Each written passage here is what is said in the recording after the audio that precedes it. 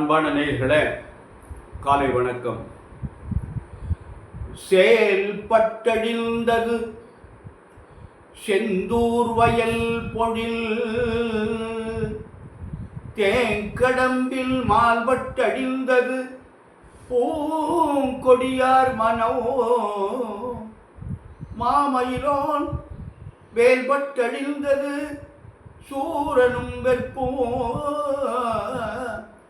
அவன் கால்பட்டழிந்தது இங்கு என் தலைமேல் அயல் கையெழுத்தே, அவன் கால்பட்டழிந்தது இங்கு என் தலைமேல் அயல் கையெழுத்தே. பக்தியால் யான் உன்னை பல காலும் பற்றிய மாதிரு புகழ் பாடி, முத்தன மாறனை பெருவாழில் முற்றிய சேர்வத அருள்வாயே. வித்தக ஞான சக்தினி பால, உத்தமதான சத்குணனேயா, ஒப்பிலாமாமணி கிரிவாசா, உத்தமதான சத்குணனேயா, ஒப்பிலாமாமணி கிரிவாசா. வித்தக வேத சத்தினி பாலா, வெற்றி வேலாயுத பெருமாளே. அன்பு சார்ந்த பெரியோர்களே, இன்று பங்குனி மாதம் 11ஆம் நாள் செவ்வாய்க்கிழமை, மங்கள வாரம் என்று சொல்வது. ஏகாதசி திதி 12:22 வரை இருக்கு. பின்னாடி துவாதசி திதி, திருவோண நட்சத்திரம் 12:38 வரை இருக்கு. பின்னாடி அவிட்ட நட்சத்திரம். இந்த 2 நட்சத்திரத்துக்கும் இன்று சித்த யோகம். ராகு காலம் செவ்வாய்க்கிழமை எப்போதுமே 3:30 முதல் 4:30, யமகண்டம் 9 முதல் 10:30, குளிகன் 12 முதல் 1:30, சூலம் வடக்கு, பரிகாரம் பால். அன்பான நேயர்களே, இன்று கிரகங்கள்லாம் எப்படி இருக்கிறது என்று பார்ப்போம். மீனத்தில் சூரியன், சுக்கிரன், ராகு 3 கிரகம் இருக்கு. ரிஷபத்தில் குரு இருக்கு, மிதுனத்தில் செவ்வாய் இருக்கு, கன்னியில் கேது இருக்கு, சந்திரன் மகரத்துக்கு வந்துட்டாரு, புதனும் சனியும் கும்பத்தில் இருக்கு. இதுதான் இந்த கிரகங்களுடைய அமைப்பு. அன்பான நேயர்களே, ராசி பலன்கள் எப்படி இருக்கிறது, மேஷ ராசிக்கு இன்று நாள் எப்படி இருக்கிறது என்று பார்ப்போம். இந்த மேஷராசி என்பவர்களுக்கு இந்த ராசி பலன்கள், குரு 2ஆம் இடத்துல இருக்கார், சனி பகவான் 11ஆம் இடத்துல இருக்கார். இது ஒரு நல்ல அருமையான அமைப்பு. இந்த மேஷராசி என்பவர்களுக்கு இந்த சனி பகவான் 11 இருப்பதும் குரு 2ஆம் இடத்தில் இருப்பதும் ஒரு அருமையான நிகழ்வு என்று சொல்வது. அன்பான மேஷராசி என்பவர்களை, உங்களுக்கு என்ன அந்த சித்திரை மாதம் 28ஆம் தேதி வரை அமோகமாக இருக்கிறது. அதனால் அந்த காலங்களுக்குள்ளே நீங்கள் எந்த காரியத்தையும் பண்ணிவிடுவோம், அதுவே உங்களுக்கு ஒரு நல்ல பலனை தரும். அன்பான ரிஷபராசி என்பவர்களை, உங்களுக்கு ஜென்ம குரு உங்களுக்கு பிரச்சனையை தரக்கூடிய காலம். அதனால் பார்த்து கொஞ்சம் கவனமாக நடந்து கொள்ளுங்கள். இன்னும் 2 மாதம். இந்த 2 மாதத்துக்கு அப்புறம் வைகாசி 1ஆம் தேதியிலேருந்து உங்களுக்கு அமோகமாக இருக்கும் 1 வருஷத்துக்கு. ஏன்னா குரு 2ஆம் இடத்துக்கு வந்துடுறார். ஆனால் சனி உங்களுக்கு 10ஆம் இடத்துல இருக்கார், ராகு 11 இருக்கார். இது 2ம் உங்களுக்கு நல்லது. அடுத்து ராகு 10ஆம் இடத்துக்கு வர போகிறார். அதனால் அதுவும் ஒரு பெரிய சிறப்பு. சனி பகவான ராகு பகவான 10ஆம் இடத்துல இருக்காங்க, 1 வருஷத்துக்கு அதில் இருப்பாங்க. அதனால் அதுவும் உங்களுக்கு நல்ல பலன். அதனால் அன்பான ரிஷபராசி என்பவர்களை 2 மாதம் கவனமாக நடந்து கொள்ளுங்கள். இடமாற்றங்கள் கிடைக்கும். வெளிநாட்டுக்கு போகிற மாதிரி வரும், வெளிநாட்டில் இருந்தால் இங்கே வர்ற மாதிரி வரும், வேறு வீட்டுக்கு போகிற மாதிரி வரும். இப்படியெல்லாம் ஒரு அமைப்புகள் இருக்குது. ரிஷபராசி என்பவர்களுக்கு கண்டிப்பாக இடமாற்றம் உண்டு. அதனால் இந்த சித்திரை மாதம் 28ஆம் தேதிக்குள்ளே இது நடக்கும் அப்படிங்கிற அமைப்பு இருக்குது. அன்பான மிதுன ராசி என்பவர்களை, உங்களுக்கு ராசியில் செவ்வாய் இருக்கார். ஆரோக்கியத்தில் ரொம்ப கவனமாக இருந்துக்குங்க, டென்ஷன் இல்லாமல் இருங்க. உங்களுக்கு குரு பகவான் 12ஆம் இடத்துல இருக்கார். விரயமான நேரம், நல்லது செய்ய மாட்டாங்க, தேவையில்லாத செலவுகளை இழுத்து விடுவாங்க. அதனால் முடிஞ்சுன்னா நல்ல விரயமாக பண்ணுங்க. இடம் வாங்குதல், வீடு கட்டுதல் பண்ணுங்க. இல்லைன்னா கவனமாக நடந்து கொள்ளுங்கள். தேவையில்லாத ஏதாவது உடம்பு முடியாது போய் ஆஃபீஸில் போய் லட்சக்கணக்கில் செலவு பண்ணுற மாதிரி வந்ததுன்னா கஷ்டம். அதனால் அதுக்கெல்லாம் இடம் கொடுத்துடாம பார்த்துங்க. அன்பான கடகராசி என்பவர்களே, உங்களுக்கு அருமையான நாள். கடகராசி என்பவர்களுக்கு இன்று அருமையாக இருக்க நாள். ஏன்னா குரு வந்து 11ஆம் இடத்துல இருக்கார். அதை தவிர மற்ற கிரகங்கள்லாம் உங்களுக்கு சரியில்லை. ஆனால் குரு 11ஆம் இடத்துல இருப்பது பெரிய சிறப்பு.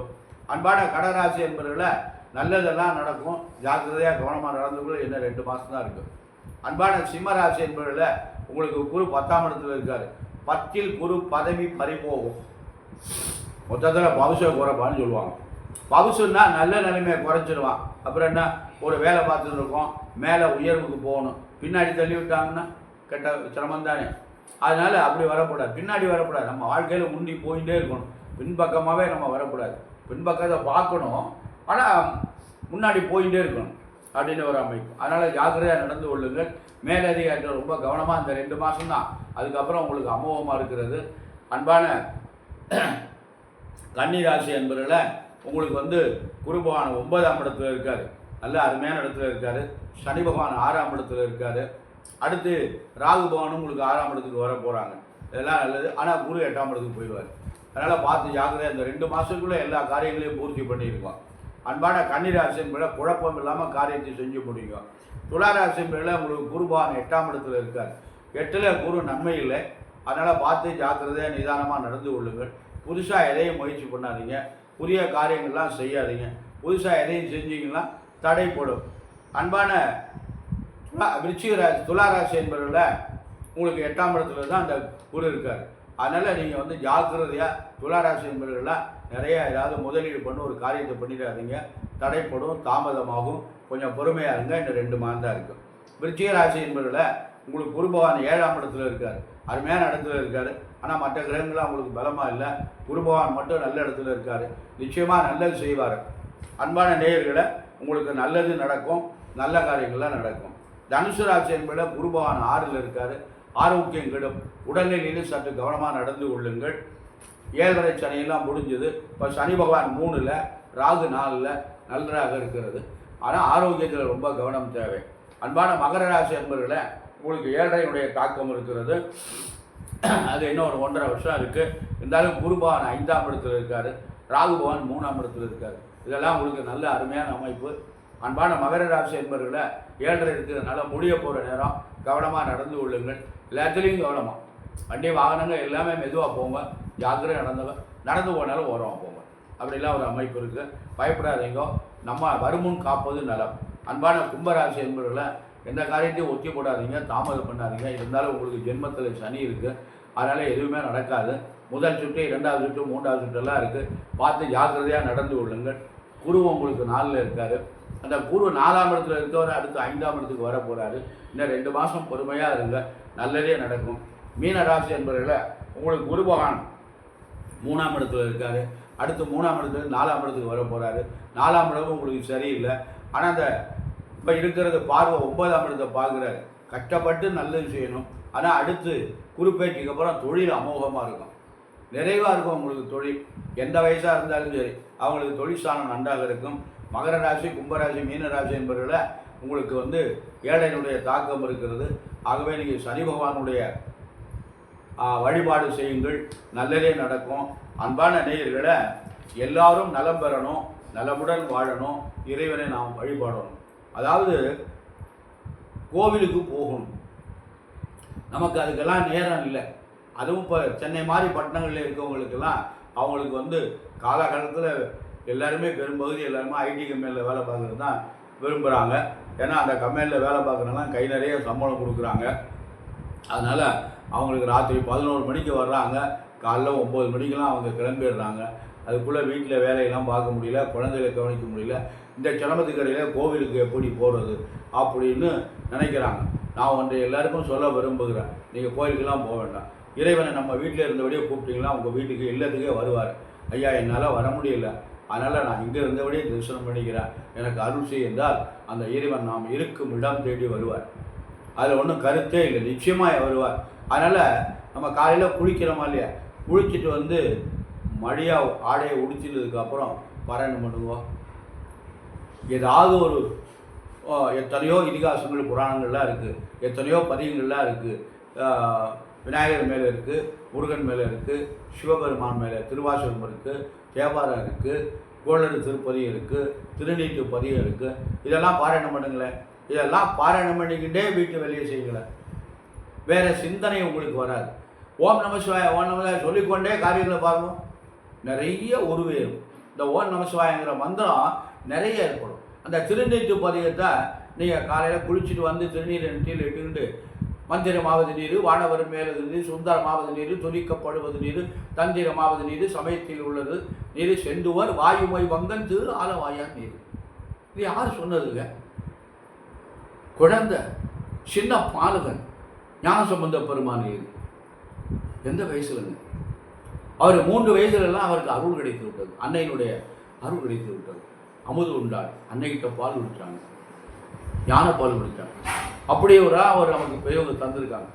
இதை செய்யலாம் இல்லையா? எனக்கு நேரம் இல்லை, தீபம் ஆற்றுல தீபம் ஏற்றுறது கூட எனக்கு நேரம் இல்லை, அதெல்லாம் சொல்லக்கூடாது. நேரத்தை நாம் தான் வகுத்து கொள்ள வேண்டும். நேரம் இல்லை என்று நாம் சொல்லக்கூடாது. இருக்கின்ற நேரத்துக்குள் நல்லதை செய்யணும். நமக்கு கிடைக்கின்ற நேரங்களில் நாம் நல்லது செய்யணும்.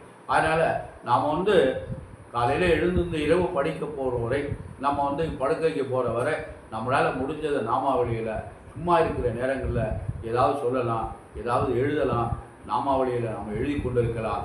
இப்படியெல்லாம் நம்ம செய்து வந்தால் நல்லதே நடக்கும். அன்பான நேயர்களை, ஒரு முக்கியமான தகவல் பதிவு செய்கிறேன். தஞ்சாவூர் மாவட்டத்தில் பேராவூரணி தாலுகா, பட்டுக்கோட்டைக்கும் பேராவூரணிக்கும் இடையில் மருந்து பள்ளம்னு ஒரு ஊர் இருக்குது. அதை மருங்க பள்ளம்னு சொல்கிறாங்க. அதுக்கு பேர் மருந்து பள்ளம்னு பேர். அங்கே உள்ள ஒரு சிவாலயம், பழமையான சரபோஜி மகாராஜாவால் கட்டப்பட்ட ஒரு பழமையான ஆலயம். அந்த ஆலயத்தில் இருக்கின்ற இறைவனுக்கு பேர் ஔஷதபுரீஸ்வரர் அப்படின்னு பேர். அந்த அம்பாளுக்கு தாய்க்கு பேர் பிரகன் நாயகி என்று பெயர். அந்த கோவிலில் நவகிரகம் கிடையாது, தனி சனீஸ்வரன் மட்டும்தான். அந்த கோவிலில் நவகிரகத்துக்கு பிரதிஷ்டப்படுறதுக்கு ஏற்பாடு பண்ணாங்க, அதெல்லாம் நடக்கலை. அதனால் அங்கே நவகிரகத்துக்கு சிறப்பு இல்லை, சனி பகவான் மட்டும்தான் அங்கே இருக்காங்க. அதனால் அந்த கோவில் மருந்தை கொடுத்தவர் என்று அவருக்கு பேர். சரபோஜி மகாராஜாவுக்கு வெண்கூட்டத்தை ஈர்த்தவர். அந்த கோவிலுக்கு எதிர்த்தாப்புல ஒரு சின்ன தடாகம் இருக்கிறது, தாமரை தடாகம் என்று பெயர். அது அப்பொழுது சின்ன ஊரணியாக குட்டைன்னு சொல்லுவாங்க, அந்த மாதிரி இருந்திருக்கிறது. அந்த மரத்துக்கு பக்கத்தில் பாதிரி மரம் இருந்திருக்கு, பாதிரி விருட்சம் அங்கே இருந்திருக்கு. பாதிரி பூ பெரிய மருத்துவ குணமுடைய பாதிரி பூக்கும் அது. அதனால் கத்திரிப்பூ கலரில் இருக்கும் அந்த பூ. அந்த கோவில் இன்று ஒரு பெரிய சிறப்பாக விளங்கி கொண்டிருக்கிறது. அந்த கோவிலுக்கு நம்ம அந்த ஊருக்கு போய் அந்த குளத்தில் ஸ்நானம் பண்ணிட்டு அந்த இறைவனை நாம் தரிசனம் பண்ணோம்னால் சகல விதமான நோய்களும் நிவர்த்தி ஆகுது. யார் என்னென்ன விரும்பி அங்கே போகிறாங்களோ அவங்களுக்கு எல்லாம் அவங்க என்ன விரும்புகிறாங்களோ அது நடக்குது. அருமையாக அங்கே பண்ணுறாங்க. அந்த குளத்தில் குளிக்கிற போது சங்கல்பம் செய்து ஸ்நானம் பண்ணி வைக்கிறாங்க. அங்கே எல்லா பூஜைகளும் ஆயுள் ஹோமங்கள்லாம் நிறைய பண்ணுறாங்க. ஆயுள் ஹோமங்கள்லாம் நிறைய பண்ணுறாங்க. அதிகமாகலாம் ரூபா வாங்கலை. அது நம்ம தங்கறதுக்கு வசதியிலே தவிர மற்றபடி குளிக்க வைக்க எல்லா வசதியும் அந்த உள்ள சிவாச்சாரியார் பண்ணி கொடுத்துருக்கிறாரு. உணவும் கொடுத்துட்றாரு, காலையில் உணவும் கொடுக்குறாரு, மதியமும் சாப்பாடு, நமக்கு பசிக்கு சாப்பாடு கொடுத்துட்றாரு. என்ன கொடுக்குறாருங்கிறது இல்லை, பசிக்கு உணவு, வயதான உணவு கொடுத்துட்றாங்க. எல்லாருக்கும் விநியோகத்துக்கும் பிரசாதம் கொடுக்குறாங்க. நம்ம அந்த ஆலயத்துக்கு சென்றோம்னா அது எங்கே இருக்குது அப்படின்னு சொன்னால் பட்டுக்கோட்டையிலிருந்து ஒரு 25 கிலோமீட்டர் இருக்கும், பேராவூர்லேருந்து ஒரு 7-8 கிலோமீட்டர் இருக்கும். இதுக்கு இடையில் அந்த பேராவூர்லேருந்து பட்டுக்கோட்டைக்கு குருவிக்கரம்பை நாடியம் செல்லுகின்ற வழியாக போகிற பாதையில் குருவிக்கரம்பைங்கிற ஊருக்கு ஒரு 2 கிலோமீட்டர் தொலைவில் மருங்கப்பள்ளம் ரோட்டு மேலே அந்த ஆலயம் இருக்கிறது. அருமையான ஆலயம். அந்த காலத்தில் அந்த ஆலயத்தை சுற்றி வர இலுப்பத்தோப்பாக தான் இருந்தது. எனக்கு தெரிஞ்சு நிறைய இலுப்பத்தோப்பு இருக்கும், சின்ன இலுப்பத்தோப்பு, பெரிய இலுப்பத்தோப்பு. ரோட்டு குளத்துக்கு கீழ்கரையில் இழுப்பு மரம், மேல்கரையில் இழுப்பு மரம். அந்த இழுப்பு கொட்டையை குறை கொண்டு கோயிலில் கொடுப்பாங்க. அதை வாங்கி ஆட்டி எண்ணெய் மொத்தமாக டின்னாக சேர்த்து வச்சுருந்து அந்த இழுப்பு எண்ணெயில் தான் அந்த கோவிலுக்கு விளக்கு போடுறது. இழுப்பு எண்ணெயில் விளக்கு போடுறது பெரிய புண்ணியம். ஆனால் அது சுடர் விட்டு எரியாது, ஏன்னா கொஞ்சம் நைன் எரியும். இருந்தாலும் அந்த தீபம் இறைவனுக்கு ரொம்ப உகந்ததுன்னு பெரியவங்களாம் சொல்லியிருக்காங்க. அப்பேற்பட்ட அந்த மருந்தீஸ்வரர் ஆலயம் எல்லா அன்பர்களும் மறுபடியும் நல்லா ஞாபகம் வச்சுருவோம். பட்டுக்கோட்டை. இப்போ மதுரையிலேருந்து வர்றீங்க அப்படின்னா மதுரையிலேருந்து நேராக பேராவூரணிக்கு வேண்டியிருக்கு. பேராவூர்லேருந்து உங்களுக்கு மருகப்பொழுதுக்கு வேண்டியிருக்கு. அது மாதிரி காரைக்குடினா பேராவூரணிக்கு வேண்டியிருக்கு. தஞ்சாவூர்னா நேராக அங்கே பட்டுக்கோட்டைக்கு வந்துடலாம். பட்டுக்கோட்டையிலேருந்து நம்ம மருகப்பொழுதுக்கே வந்துடலாம். அது மாதிரி எங்கெல்லாம் வரதுக்கு சென்னையிலேருந்து மருகப்பொழுதுக்கு பஸ் இருக்குது. வடபழனியிலேருந்து மருகப்பொழுதில் அந்த பேராவூரணி போகிற ரோட்லேயே இறங்கிக்கலாம். அப்படியெல்லாம் ஒரு வசதி இருக்குது. காலையில் 5 மணிக்கெல்லாம் அங்கே இறக்கி விட்றாங்க. இப்போ நைட்டு 10 மணிக்கு வடபழனியில் ஏறினீங்கன்னா அங்கே மருகப்பொழுதுலேயே இறங்கிக்கலாம். இறங்கி கொஞ்சம் தூரம் நடந்து போனால் கோயில் வாசலுக்கு போயிடலாம். இப்படியெல்லாம் ஒரு வசதியெல்லாம் இப்போ நிறைய இருக்குது. அதனால் அன்பான நேயர்களை, நமக்கு நோய் இருக்குது பாருங்க, அதுக்கு நிறைய வைத்திய செலவெல்லாம் லட்சக்கணக்கில் பண்ணுறோம், நோய் குணமாக மாட்டேங்குது. அதனால் நம்ம வாழ்க்கையில் நம்மளால் முடிஞ்ச போதெல்லாம் அந்த மருகப்பழம் சென்று அந்த குளத்தில் ஸ்நானம் பண்ணி அந்த குளத்தில் குளிச்சுட்டு வந்த உடனே ஒரு புத்துயிர் கிடைக்கும் நமக்கு. அந்த மாதிரி செஞ்சுட்டு வந்தீங்கன்னா நோய் நிவர்த்தியாகி நாம் நலமுடன் வாழணும். அதாவது நோய் மட்டும்தானா அப்படிங்கிறது இல்லை. இப்போ குழந்தை இல்லாதவங்க கூட அங்கே போகலாம். அங்கே போய் அந்த ஹோமம் பண்ணுறாங்க. அதுக்காக குழந்தைக்காக வேண்டிய ஹோமம் பண்ணுறாங்க. ஆயுஷ் ஹோமம் பண்ணுறதுல குழந்தைக்காகவும் அதுக்கு குழந்தை உற்பத்திக்கான மந்திரங்கள்லாம் சொல்லி அதை ஹோமம் பண்ணி நமக்கு அபிஷேகம் பண்ணுறாங்க. கும்பம் வச்சு நமக்கு தம்பதிகளுக்கு அபிஷேகம் பண்ணி சுவாமி முறையாக செய்கிறாங்க, நல்லா அருமையாக செய்கிறாங்க. அதனால் எது நமக்கு என்ன தேவையோ அதுக்காக அதை வேண்டி நாம் அந்த மருந்து பள்ளம் சென்று பெரிய நாயகி உடனுரை மருந்தீஸ்வரை தரிசனம் பண்ணி எல்லாரும் நலம் பெற்று பல்லாண்டு ஆஸ்பத்திரியில் செலவு பண்ணாமல் பல்லாண்டு வாழ எல்லாம் வல்ல அந்த பெரிய நாயகி அம்மனையும் மருந்தீஸ்வரையும் வள்ளல் பெருமான் முருகப்பெருமானையும் பிரார்த்தனை செய்து நிறைவு செய்கிறேன். நன்றி, வணக்கம்.